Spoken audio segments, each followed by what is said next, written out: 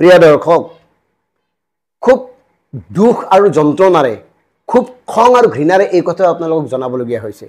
এই যে আমি মাজে মাজে শুনি থাকোঁ, চৰকাৰে অমুকজন বিষয়াক নিলম্বন কৰিলে, বৰখাস্ত কৰিলে, বিভিন্ন দুৰ্নীতিৰ গোচৰত, বিভিন্ন খেলিমেলিৰ কাৰণে, বিভিন্ন অনিয়মৰ কাৰণে।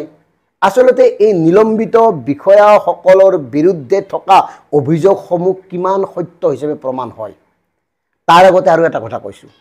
এই যে নিলম্বিত বিষয়াসকল নিলম্বন কৰাৰ পিছতো তেওঁলোকে 3 মাহ 50% দৰমহা পায়, আৰু 3 মাহৰ ভিতৰত যদি তেওঁলোকৰ কোনো ধৰণৰ আপোনাৰ সত্যতা বা অভিযোগৰ বিচাৰ নহয়, তেতিয়াহ'লে তাৰ পৰৱৰ্তী সময়তো নিলম্বিত হৈ থকাৰ সময়তো 75% দৰমহা পায়।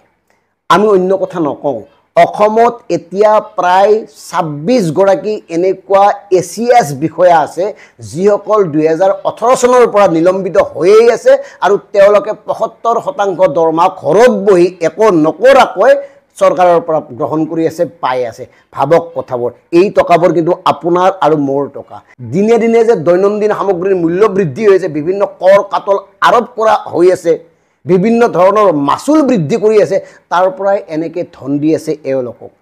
2018 চনৰ পৰা অসমৰ 26 গৰাকী ACS অফিচাৰক নিলম্বিত কৰি ৰাখিয়ে 75% দৰমহা দি থকা হৈছে।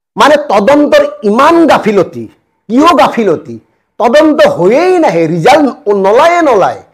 বছৰৰ পিছত বছৰ ৰিজাল্ট নোলায়, ৰিজাল্ট উলিয়াব নোৱাৰে, অক্ষম তেওঁলোকৰ নিলম্বন প্ৰক্ৰিয়া বঢ়াই গৈ থাকে।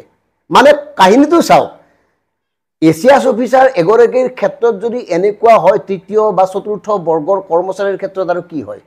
অৱশ্যে তৃতীয় আৰু চতুৰ্থ বৰ্গৰ কৰ্মচাৰীৰ ক্ষেত্ৰত খুব সোনকালে হয় এইবোৰ, কাৰণ তেওঁলোক বৰ বিশেষ প্ৰভাৱশালী নহয় যে, তেওঁলোকক গতিয়াই উলিয়াইও দিব পাৰে, তেওঁলোকক মাৰপিট কৰিবও পাৰে, তেওঁলোকৰ ওপৰত এটাৰ পিছত এটা বিভিন্ন ধৰণৰ অপৰাধ অভিযোগ জাপি দি বিভিন্ন ধৰণে হকে বিহকে শাস্তিও দিব পাৰে। কিন্তু ACS অফিচাৰ তেওঁলোকৰ লিংক সম্পৰ্ক বহুতৰ লগত থাকে, আৰু তেওঁলোকৰ অভিযোগ নামা প্ৰমাণ কৰিব নোৱাৰাৰ বাবে বছৰ বছৰ ধৰি তেওঁলোকক কাম নকৰাকৈ বৃহৎ পৰিমাণৰ দৰমহা আদায় দি আছে এইখন চৰকাৰে। এনেকুৱা হৈছে 9-10 বাৰলৈকে বিলম্বনৰ প্ৰক্ৰিয়াটো তেওঁলোকে বঢ়াই গৈ আছে, তথাপি শেষ কৰিব পৰা নাই।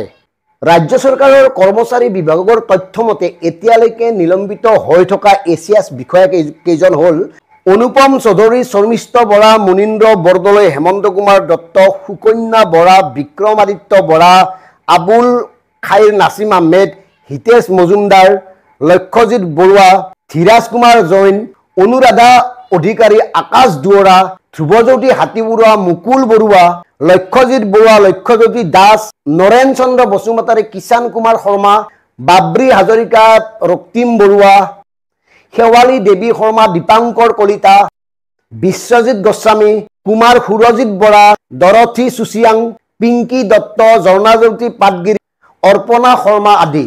ইয়াৰে ৰক্তিম বৰুৱাকে ধৰি 2জনমান বিষয়াই কেইমাহমান পূৰ্বে চাকৰিত যোগদান কৰিছে।